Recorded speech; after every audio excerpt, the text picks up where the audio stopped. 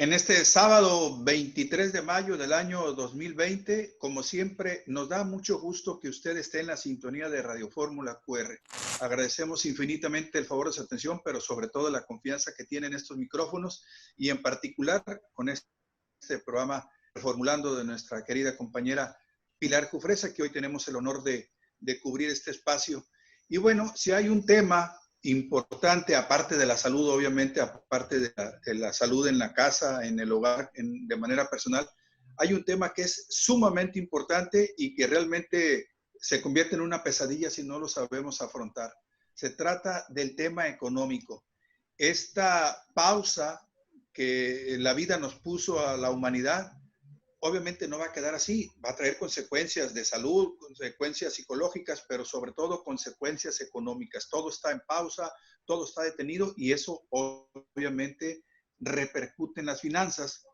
Por eso es que invitamos el día de hoy, este sábado, a Rafael del Moral, el economista Rafael del Moral, que durante su trayectoria profesional, pues ha sido titular del UNDUCEF en Cancún, entre otros puestos, lo que le permite tener muchos conocimientos. Así que le agradecemos a Rafael del Moral que esta mañana esté con nosotros en los micrófonos y en las cámaras también. Rafael, muy buenos días, bienvenido, muchas gracias por atender nuestro llamado.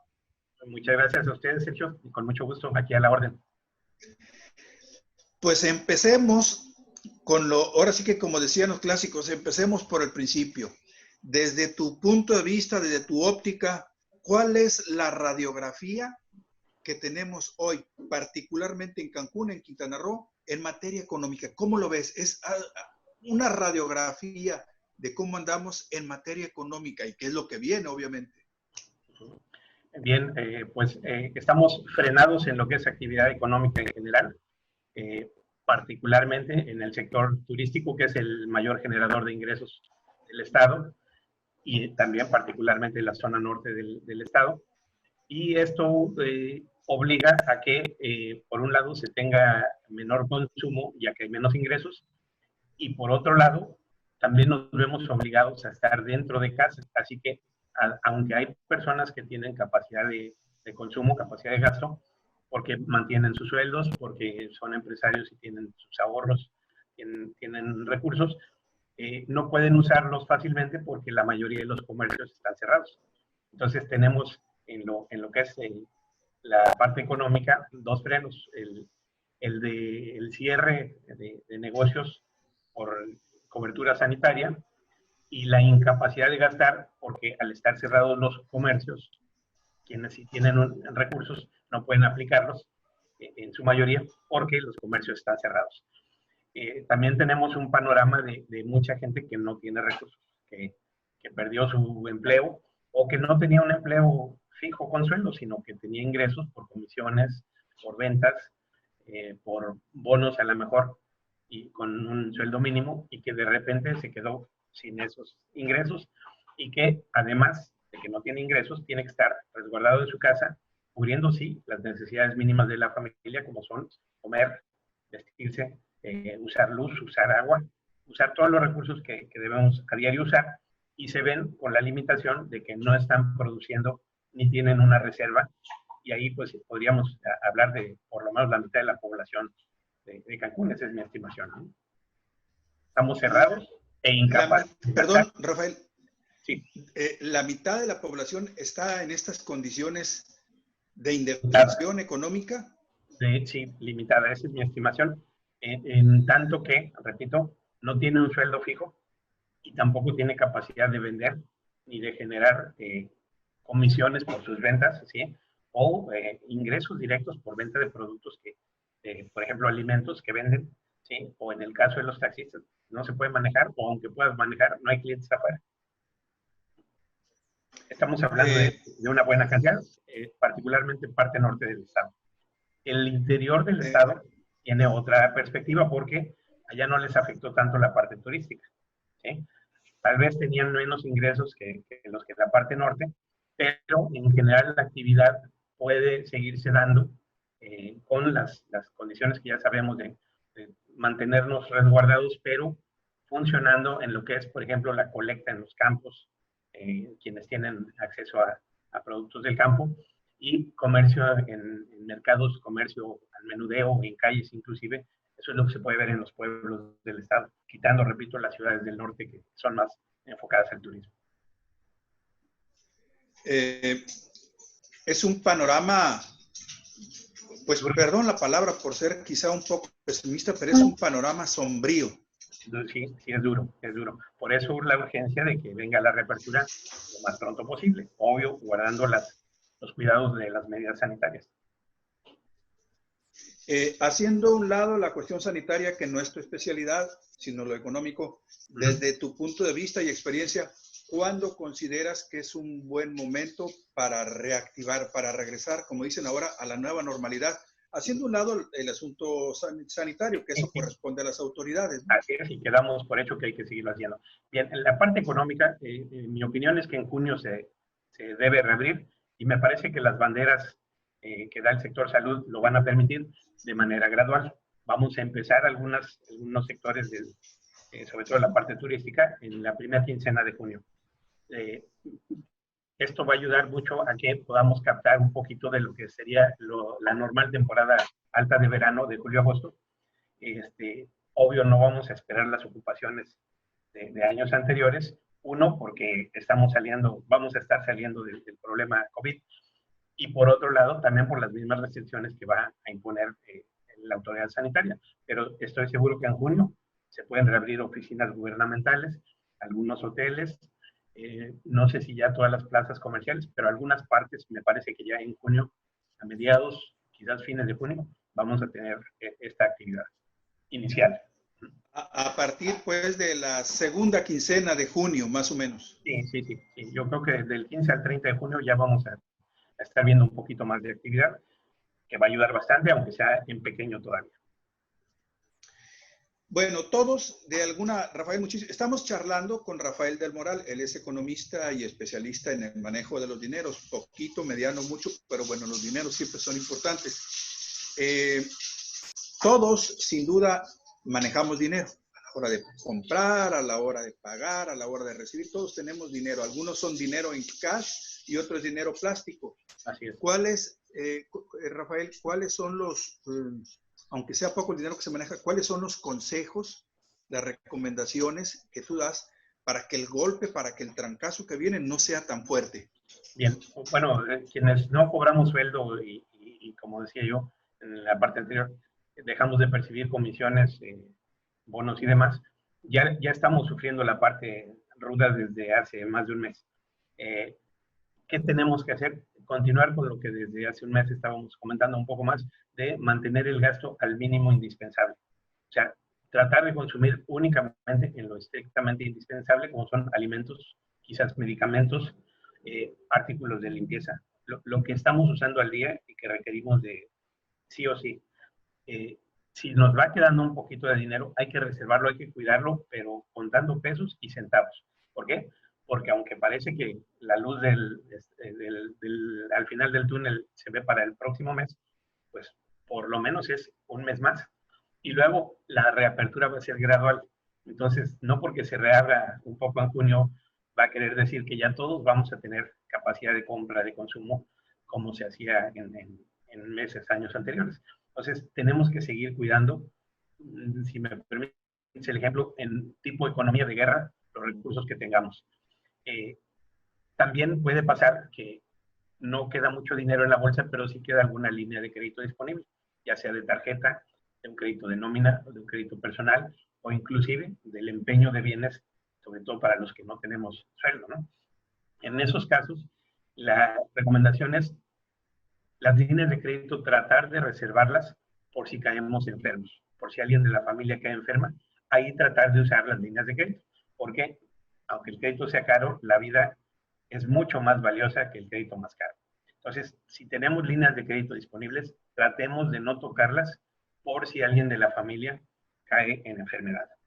Y si tenemos un poquito más de capacidad crediticia, igualmente cuidémoslo, porque si esto dura más de un mes, 2, 3, 4 meses, en que no nos toque volver a la actividad, pues todavía la economía de guerra tendrá que subsistir otros 2 o 3 meses, ¿no?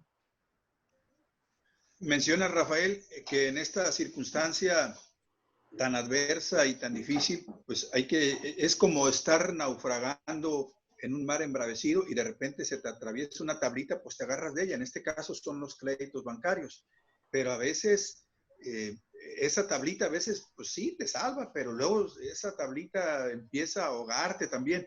Eh, eh, cada banco, cada institución bancaria tiene sus condiciones y sus propias características. Hablaba hace rato aquí en la cabina, en esta cabina virtual, con nuestros compañeros, con Ícaro, que está en el video, y con Oscar, que está en el audio, de esas diferencias que hay en cada institución bancaria.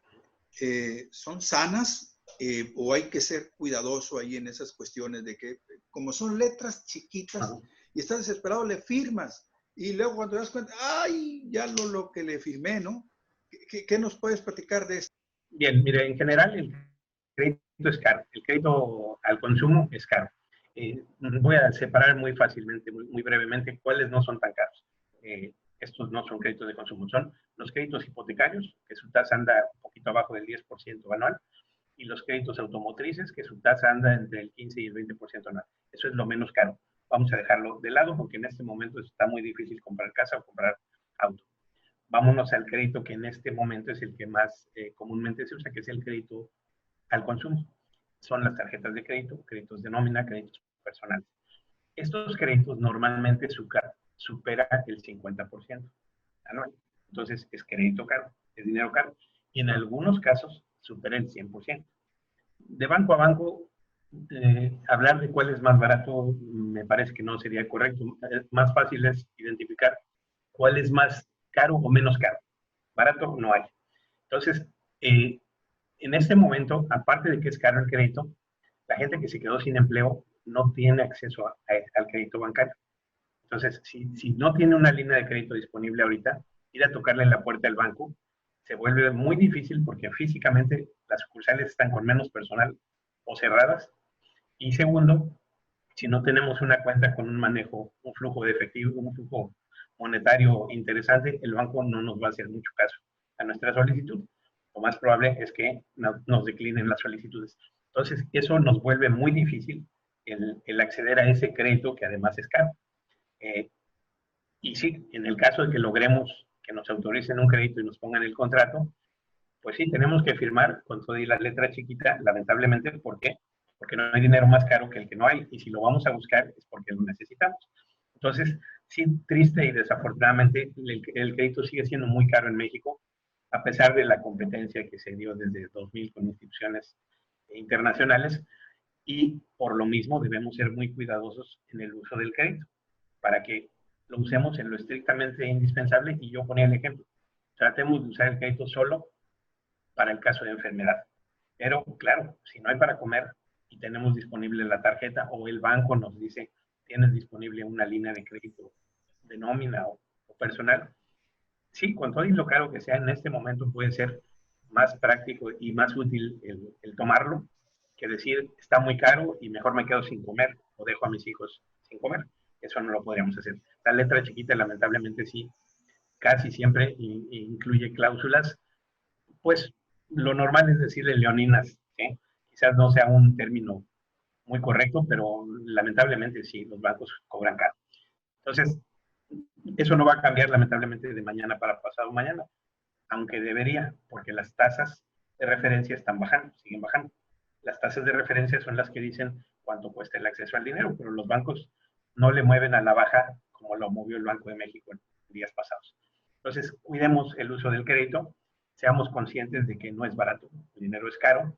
Aún ese que dicen los pagos chiquitos, ese es el más caro, los pagos semanales, ese es el más caro, ese normalmente pasa el 90, el 100% de cada anual. Entonces, seamos cuidadosos con el uso del crédito, tratemos de usarlo solo para cosas indispensables, y si nos sobra un poquito, dejémoslo de reserva porque nos faltan mínimo un mes para acceder a recursos, o quizás 2 o 3 o un poco más de meses. Y es que en ese momento estamos en aquel dicho muy común que dice que o te aclimatas o te mueres. Hay que acomodarnos a cómo están las cosas, Rafael. Sin duda, sin duda. Es un momento muy difícil. Estamos por el lado de la enfermedad, dicen en la cresta, pues en la bolsa estamos, pero rascándole en el rincón de la bolsa, ¿no? Y nos falta un rato. Entonces sí, seamos muy, muy cuidadosos con el dinero. Déjame hablarte de otra opción que precisamente cuando vamos al banco y nos dicen no hay más crédito para ti, tenemos que resolver el asunto del dinero sí o sí, cuando en casa hace falta, ¿no? Entonces, la otra opción es ir con el coco, con lo peor del mundo financiero, que son las casas de empeño. Sí, sí, sí, son más caras todavía, mucho más caras que los bancos, pero son la única o quizás última opción de conseguir recursos cuando ya el banco nos dijo que no se puede. Y ahí es donde tristemente vamos los que no tenemos sueldo, los que no tenemos otros medios de garantizar un crédito y que tenemos que ir a empeñar nuestra tele, nuestra computadora, a veces hasta el refrigerador o algún artículo, no sé, una bicicleta o cosas que tengamos en casa, porque cuando hace falta para comer o para curar una enfermedad y no pudimos acceder al crédito bancario, la casa de empeño se vuelve también, digamos, de un mal necesario.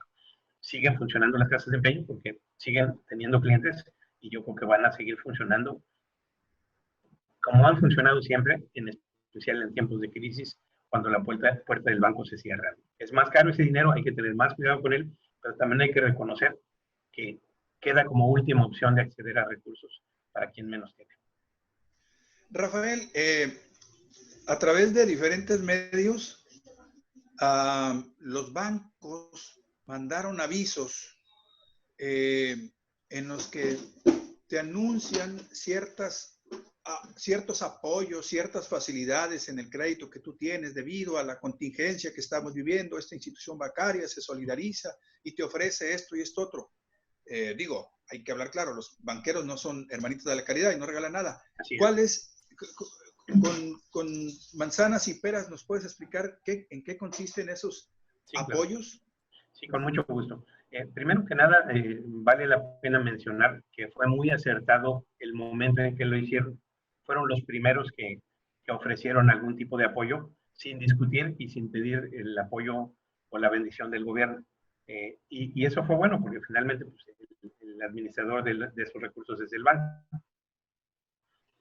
El que sabe cuando viene la cartera vencida es el banco, el que tiene que prever eso, y me parece que fue acertado, que tiene que hacerlo es los bancos. Entonces, la Asociación de Bancos de México dio por allá de marzo el anuncio de que los bancos, la mayoría de ellos, iban a facilitar la transición de estos 3, 4, 5, quizás hasta 6 meses, me parece que fue certero eso, de escasez de dinero para que los clientes no cayeran en incumplimiento. ¿Y qué ofreció? Como bien lo dices, no son hermanitas de la caridad, exacto. No dijeron ya no te voy a cobrar, te regalo el dinero, o ni siquiera dijeron te regalo los intereses. No, no nos regalaron nada. ¿Qué sí nos permitieron? Nos permitieron el no pago durante 4 meses de lo que tendríamos que pagar con la oferta de aumentarlo posteriormente el número de meses que vamos a pagar, o bien incrementar posteriormente, redistribuirlo en las mensualidades que quedaran pendientes del crédito. Y un ejemplo muy sencillo. Si yo tenía que pagar en 12 meses un crédito, me dijeron, esos 12,000 pesos que tienes que pagar en 12 meses, te voy a permitir que durante 4 o hasta 6 meses no me pagues capital de intereses, los vamos acumulando al saldo total y luego o te aumento a 16 pagos en lugar de 12, en el caso de aumentar 4 meses, o mantenemos las 12 y le aumentamos un poquito al pago, que si era de 1,000 a lo mejor va a ser de 1,200, para que acabemos en el mismo plazo. ¿Esto de qué dependía? De las capacidades también que el banco tiene registradas de cada cliente. Por eso se tenía que hacer caso por caso con un aviso de inscripción por parte del cliente. Esto funcionó en general, cierto. Todo el tiempo tenemos que reconocer, no son hermanitas de la caridad, no nos regalaron nada, pero sí nos permitieron que estos 4, 6 meses que no vamos a tener ingresos muchos, ¿sí? Algunos van a seguir con su sueldo y no tienen necesidad de este apoyo, pero quienes dejamos de tener ingresos sí requeríamos de este apoyo y si lo estamos usando, estos 2 meses que llevamos y otros 2 que van a pasar por lo menos, sin que podamos cumplir con nuestro pago mensual, lo vamos a hacer dentro de 6, 8 o 10 al final, ¿sí? Claro que nos ayuda, nos deja respirar, nos deja que los poquitos recursos que tengamos ahorita los destinemos a comer, a pagar la renta o la mensualidad de la casa, o donde vivamos, ¿no? El apoyo de vivienda, de comida, y a lo mejor de escuela u otros gastos primordiales en casa. En general, así ha funcionado. Es un diferimiento del pago sin que en nuestro buró de crédito se refleje que soy incumplido. No cumplo, no porque no quiera, sino porque no puedo, ¿sí? Y hay más de 7 millones de casos a nivel nacional que se registraron y que pues están aprovechando, digamos, de este apoyo, digamos, no regalo, sí, reconozcámoslo así, no es un regalo, simplemente me dejan respirar estos 4 meses. Y luego, pues sí, tendré que pagarlo, porque recordemos que el dinero que presta el banco no es del banco, es de la gente que va y deposita sus ahorros en el banco. El banco lo administra, lo intermedia, eso es lo que hace un banco, hacer intermediación financiera entre quien deposita y quien requiere crédito. Entonces se lo van a tener que devolver después a quien lo llevó a depositar. Y pues obviamente tiene que haber una generación de intereses para el gasto de los intereses que se le pagan al inversionista y también de los costos de operación de los bancos. Lamentablemente son muy altos, más sus utilidades que también son muy altas. Así funciona. Muy bien. Rafael del Moral, muchísimas gracias por atender nuestra llamada, por aceptar nuestra invitación para charlar con nuestro público de Reformulando sobre este tema que es tan, en este momento, tan negro, tan sombrío, pero que es necesario entender para poder salir lo mejor librados posibles de esta situación. Muchísimas gracias y que tengas una magnífica semana. Hay que seguirse cuidando en casa, por favor, y bueno, próximamente estaremos buscándote nuevamente para que nos des luz acerca de este asunto monetario. Siempre a la orden, Sergio, y por favor un saludo a la señora Pilar. Con muchísimo gusto. Pues muchas gracias a Rafael del Moral, muchas gracias a usted que continúa en la sintonía de Radio Fórmula QR. Siga con nosotros, tenemos todavía muchas cosas para compartir, cosas interesantes, temas interesantes, así que le pedimos por favor que no le cambie y seguimos nosotros.